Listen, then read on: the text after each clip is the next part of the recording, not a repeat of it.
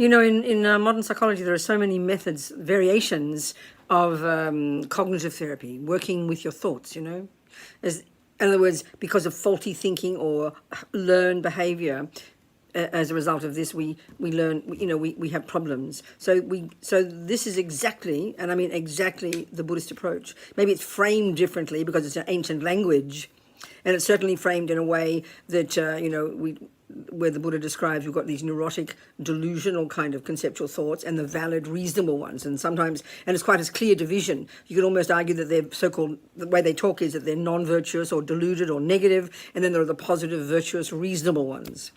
So basically, the idea is to learn to become familiar with our thoughts. Now, we know thoughts are happening every second. We know this. This is what makes us crazy, isn't it? We can't control them. And of course, it's not the positive thoughts that make us miserable, it's the unhappy thoughts. I mean, I've never met a person who says, Robina, I can't stop thinking positive thoughts. It seems to be these unhappy thoughts and anxious thoughts and negative thoughts and depressed thoughts and jealous thoughts, you know.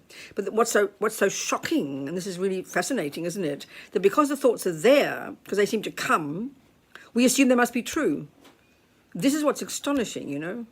I mean, another way they talk, neuroscientists talk about, you know, what is it they say, developing new pathways in your brain. It's another way of putting it. But we need to become familiar with our thoughts, then learn to be able to analyze them and look at them very clearly. But the tragedy is, because they arise, and they arise very quickly, and they arise very fast, and they're raging on, we assume they must be true, and we can't kind of catch them in time, you know. So it really demands a lot of work.